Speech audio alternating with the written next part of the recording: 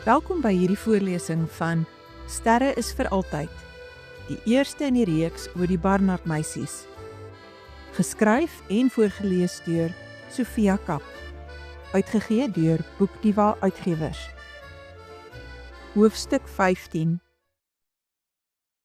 Jenny gaan sit, kyk om haar rond en trek haar asem diep en behaaglik in.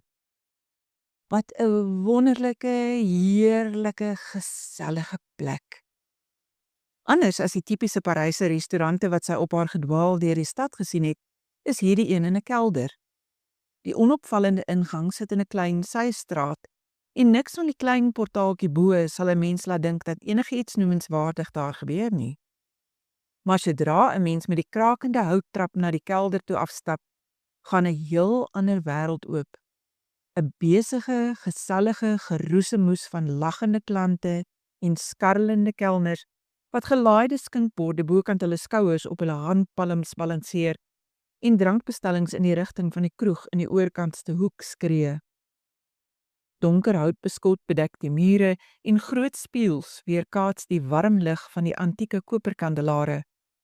By elke tafel is daar koperhakke aan die mure waaraan klante se parkas hang. Parkas. Sy kyk na die man wat oorkant haar gaan sit het. Dankie dat jy my hierheen gebring het. Nee, dis ek wat moet dankie sê dat jy saamgekom het. Die glimlag wat sy saam met die woorde kry is dieselfde een wat haar reeds op die lughawe lam in die knieë gehad het. Maar waar daar op die lughawe nog 'n onstuimigheid in die donker oë was, is hulle die keer rustig. Was dit maar gisteroggend? Dit voel soos 'n jaar gelede. Langer. Vir haar was die ervarings en gewaarwordinge die afgelope 2 dae in hierdie fabelagtige stad 10 jaar se leefwerk. Sy het in die 2 dae wat sy op haar eie in die stad deurgebring het, meer ervaar en meer geleer as wat sy in die afgelope 10 jaar geleer het. Nie net oor haar omgewing nie, maar oor haarself.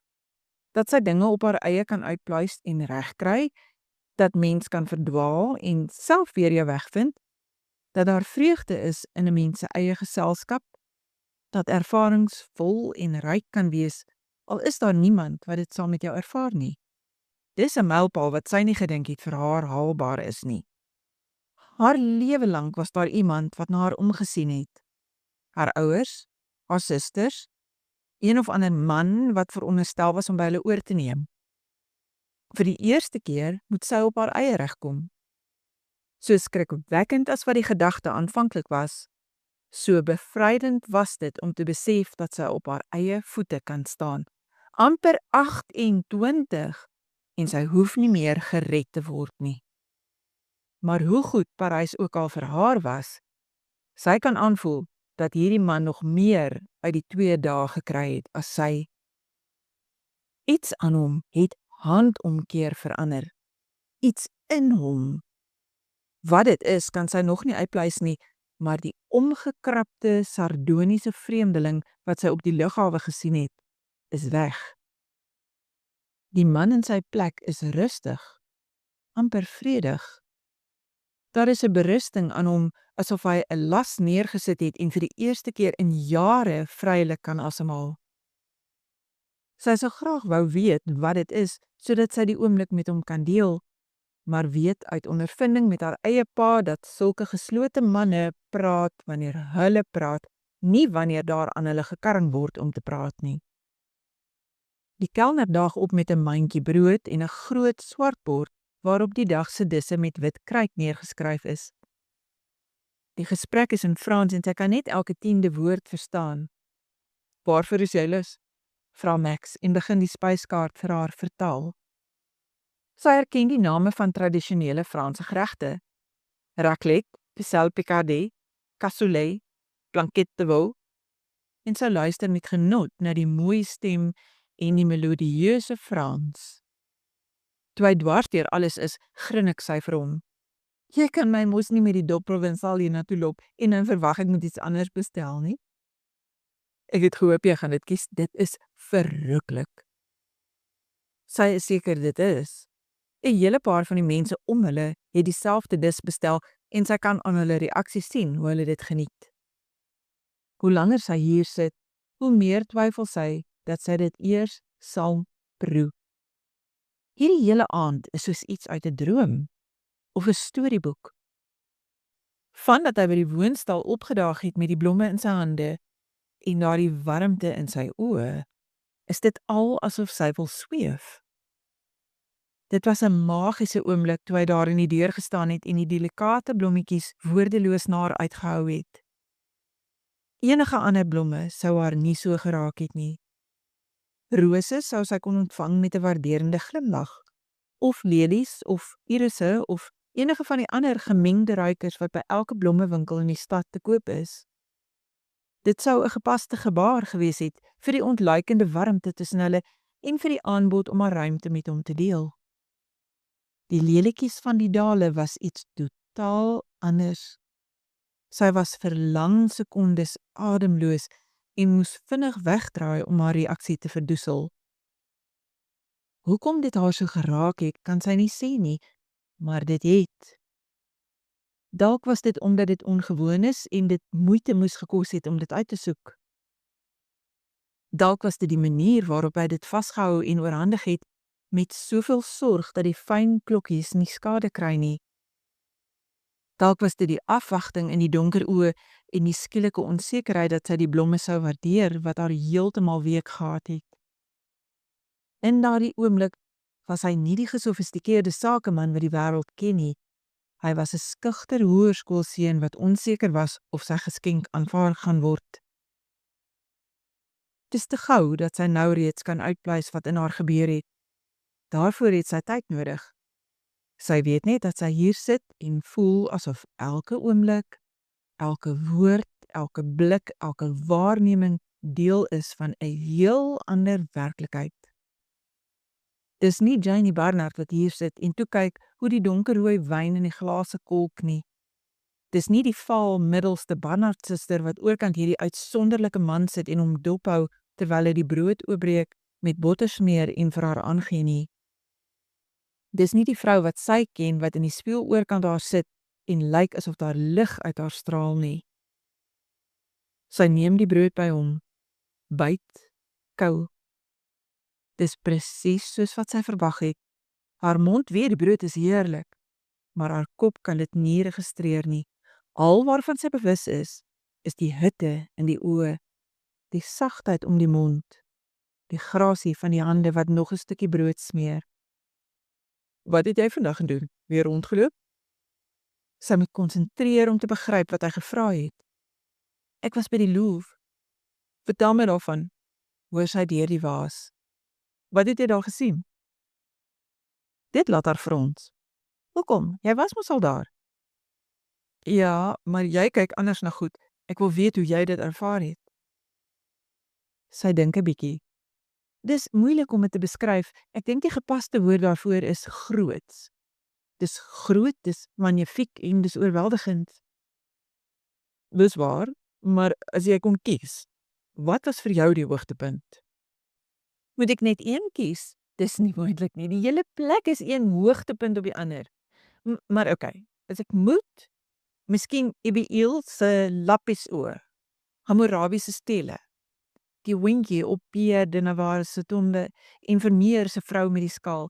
Dit was baie spesiaal om dit te sien. My ouers was hier in Parys vir hulle witbrood en my pa sê altyd dis die enigste stuk kuns in die wêreld wat vir hom iets beteken, want my ma lyk soos die vrou in daardie skildery, net mooier.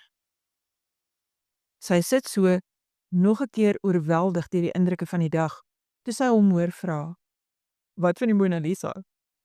My pa het nie van haar gehou nie. Hy sê altyd sy het nie eens wenkbroue nie. Die woorde is uit voor sy kan dink, maar dit laat hom hardop lag. En jy? Wat het jy van haar gedink? Sy huiwer. Ek het na haar gaan kyk, dit was iets om te sien en ek weet dis Leonardo wat haar geskilder het en alles, maar my pa was reg. Sy het nie wenkbroue nie. En daar was te veel mense, hulle het my benoud gemaak. Die skildery oorkant daar van die huweliksfees by Kana was vir my baie mooier. Hy knik asof hy gekry het wat hy verwag het. Was jy net by die Louvre of het jy nog iets gedoen? Nog? Genade, ek was die hele dag daar en ek het nie eens 'n fraksie gesien van alles wat daar is nie. Daar was nie tyd vir nog nie. Sy frons. Dit was 'n vreemde ervaring. Aan die een kant wil 'n mens aan die huil gaan oor al die mooi om jou, maar aan die ander kant is dit amper frustrerend om te weet al hierdie goed is hier onder een dak en jy het net een dag om dit te sien. Hoekom het jy net een dag om dit te sien? Jy is 'n week hier, nie waar nie? Jy kan mos môre teruggaan as jy wil. Sy sug. So mal as wat ek oor museums is, strek my finansies nie tot by 2 museumbesoeke nie.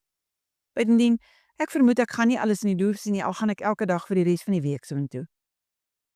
Ek het iewers gelees 'n mens gaan nie alles in die Louvre sien nie, al gaan jy 'n jaar lank elke dag soontoe. Sy blik raak ondersoekend. Hoekom strek jou finansies nie tot by 2 museumbesoeke nie? Jy kom mos nie in Parys wees en net die Louvre sien nie. Ek het jou gesê, werkloos? Maar nie hulpeloos nie. Ek ken Eleanor nie, maar uit die bietjie wat ek van haar te hore gekry het, weet ek sy gee ontsettend baie vir jou om. Ek is seker sy jou gehaak het. Ja, sy sou. Sy wou trouens en sy was baie kwaad toe ek nee gesê het. Hoekom het jy nee gesê? Omdat ek nie wou hê my suster moes vir my vakansie betaal nie. Hy gee nog 'n stukkie gebotterde brood aan en sit haar dan en aankyk. Is jy nou weer een van daardie trotse, onafhanklike tipes wat sal vergaan van ellende voordat hulle hulp aanvaar? Sê sy rondom die brood in haar mond. Dis baie ongerieflik, sê hy gelykmatig, terwyl hy vir hom ook brood afbreek en dit sorgvuldig smeer. Want ek wou nou juis môre 'n draai by een van my gunsteling museums maak en dit sou lekker gewees het as ek kon saamgaan. Maar as jy dan nou te trots is dat ek jou toegangsgeld betaal, moet jy maar buite op die bankie sit en wag terwyl ek na al die mooi goed binne kyk. Ek sal na die tyd vir jou roomys koop. Haar hart skop oor die woorde. 'n Dag saam met hierdie man wat hy in haar geselskap wil deurbring. Sy begluur hom gemaak kwaai om haar reaksie weg te steek. Dis baie onderduimse taktiek. Dit is inderdaad. Het dit gewerk? Die blik is oop en onskuldig en dis net die effense lig aan die mondhoeke wat sy binnepret wys. Die glimlag trek haar amper meer as die idee aan 'n besoek aan nog 'n museum. Voor sy kan antwoord, hou hy sy hande na haar uit. Asseblief, kom saam met my. Daar is iets wat ek vir jou wil wys. Daar is niks anders om te doen as om haar hande in syne te lê en te knik nie. En dis toe sy hande om haar sluit, warm en seker en koesterend dat sy weet, vir die res van haar lewe, wat hy ook al van haar vra, en waarheen hy haar ook al wil neem, sal sy vir hom nooit enigiets anders as 'n ja kan gee nie. Die besef beier deur haar, soos die eerste uurslag van 'n kerkklok oor 'n dorpsplein. Dis wat sy gevoel het, op die vliegtuig reeds, en toe hy haar met 'n hand op die rug deur die mense gestuur het, toe hy in haar badkamer gestaan en skeer het, toe hy haar hande opgelig het en dit teen sy mond gekoester het. Gisteraand was dit daar in die binnehof, in die formele restaurant, toe hy op haar bank aan die slaap geraak het. Vanaand, toe hy die blomme in haar hande gesit het. Toe het sy nie 'n naam daarvoor gehad nie. Al wat daar was die vreemde trekkrag waardeur sy so meegesleur is, die onvulbare leegheid as hy weg is, 'n vreugde en vervulling in sy teenwoordigheid, soos wat sy nog nooit van tevore ervaar het nie. Dis liefde hierdie, die soort wat haar intrek en vashou, al weet sy dis waansin. Dan is die kelner daar met die stoomende bakke kos en sy moet terugsit in haar stoel. Haar hande wat in haar skoot gaan lê, voel skielik nakend sonder sy aanraking. Sy wil weer oor die tafel reik en hom vasgryp en nie laat los nie. So sterk is die impuls dat sy haar brein moet dwing om op die bord voor haar te fokus en haar hande om die messegoed op te tel. Dis heerlik, sy weet dit. Geurig van die kruie en groente murgsag gekook in 'n donker wyn. Die fyn aartappels daarbey is romerig, die rooiwyn fluweelsag op haar tong. Sy kon die tafeldoek geëet het, vir al wat sy daarvan registreer. Hoe het dit gebeur? Hoe het sy hier gekom woordeloos en uitgelewer aan haar eie gevoelens? Gisteroggend was sy nog so seker dat sy hom uit haar lewe sal kan stuur. Gisteraand kon sy hom met die duvet toegooi en in haar bed gaan slaap, vas oortuig dat sy 'n afstand sal kan hou, dat sy haar eie hart sal kan bewaar. Vanaand weet sy dis te vergeefs. Sy kan wal gooi, sy kan haar dae volprop met alles wat Parys bied en amper vergeet hoe dit gekom het dat sy hier is. Sy kan haar hart met haar kop probeer verbied om te voel wat dit voel, maar dis te vergeefs. Haar gevoelens vir hierdie man is daar, so helder en seker as die dageraad en net so onafwendbaar. Beklei kan sy nie meer nie. Die enigste vraag is nou hoe sy die kapitulasie gaan hanteer.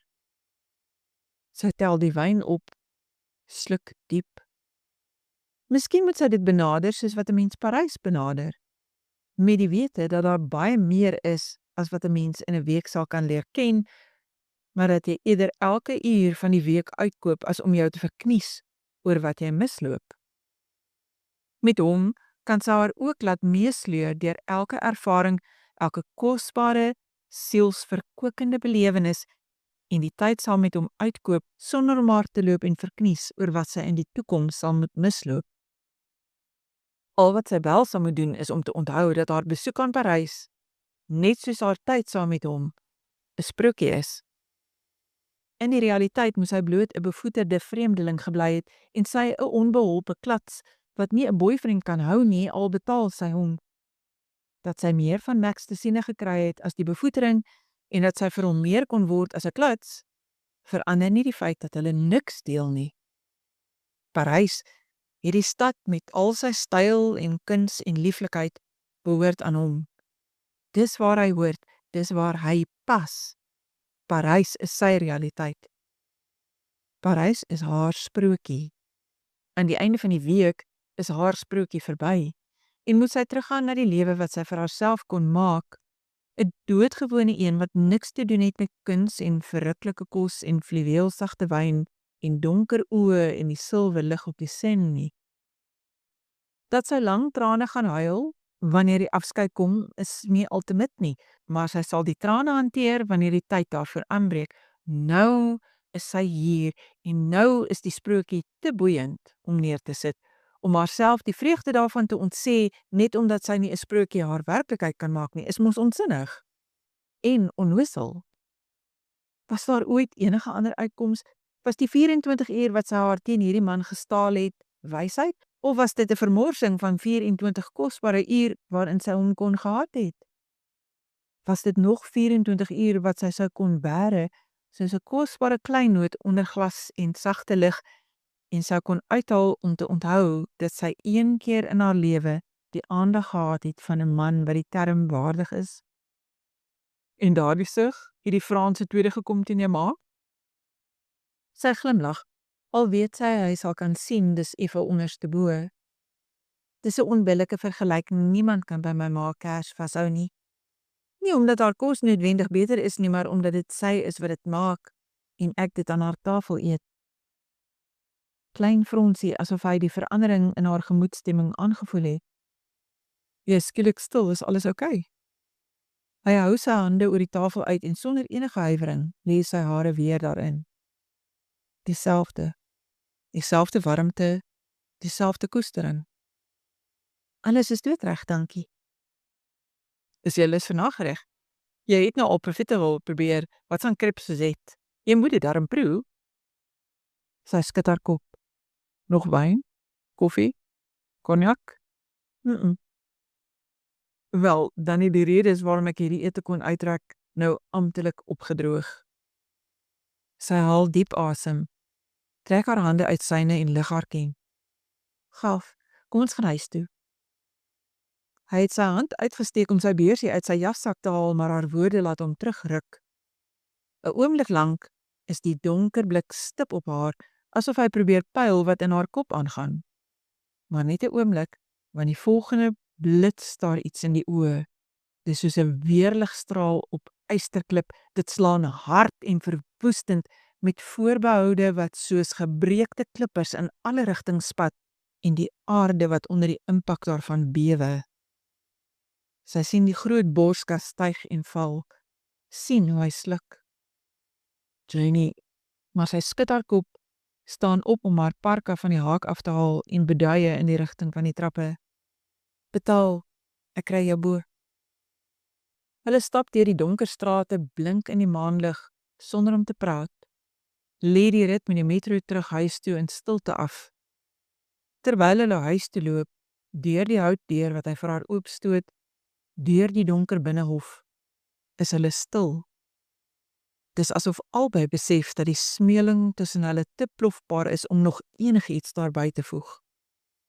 Woordeloos loop sy voor hom uit, om die trappe boontoe te klim en sy steek net so woordeloos die sleutel in die slot. Dis toe sy dit draai, dat die groot hand oor hare sluit. Janie. Net dit. Dis genoeg om haar tot stilstand te bring en haar te laat opkyk in die intense oë hier by haar. Die blits wat sy in die restaurant gesien het, is nou 'n donker branding. Haar kop is dof van afwagting, maar sy herken die dringendheid in die aanraking op haar pols. Ja. Haar stem is net asem en sy sien hoe sy oë 'n oomblik sluit. Dan skud hy sy kop liggies en kyk reguit in haar oë. Ek het my voorgenem, ek gaan nie misbruik maak van jou goedheid nie. Jy kom pas uit 'n verhouding en ek wou nie, maar ek... Hy kners hard op sy tande, trek sy hand terug en druk dan albei vuiste in sy sakke asof hy homself moet inhou. As jy hierdie ding tussen ons platonies wil hou, moet jy my nou wegstuur. Sy staan 'n oomblik daar, oorstelp. Dis vir haar wat hy so lyk.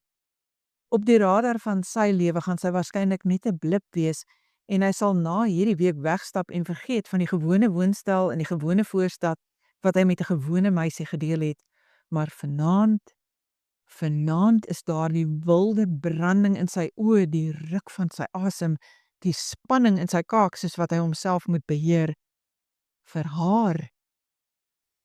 Dis nie misbruik as ek aangebied het nie. Dis die laaste rasionele ding wat deur haar kop gaan. Die woorde is nog nie behoorlik klaar gepraat nie, toe duw die groot lyf haar agteruit die woonstel in. Vaagweg registreer sy die toeklap van 'n deur en die klingel van sleutels wat iewers op iets beland. Maar dan is dit net hy, met sy hande wat om haar kaak vou en die mond wat op haar toeslaan, warm en klam en dwingend. Indien jy die volledige Sterre is vir altyd op YouTube wil volg, teken in op my kanaal. Dit doen jy deur op subscribe onder die video te klik. As jy op die klokkie klik, laat YouTube jou weet wanneer ek die volgende hoofstuk laai. Indien jy eerder die papierboek wil hê, kan jy dit bestel by Graffiti Boeke. Ek plaas die skakel in die beskrywingsboks hieronder. Sterre is vir altyd is slegs beskikbaar by Graffiti Boeke en Bargain Books.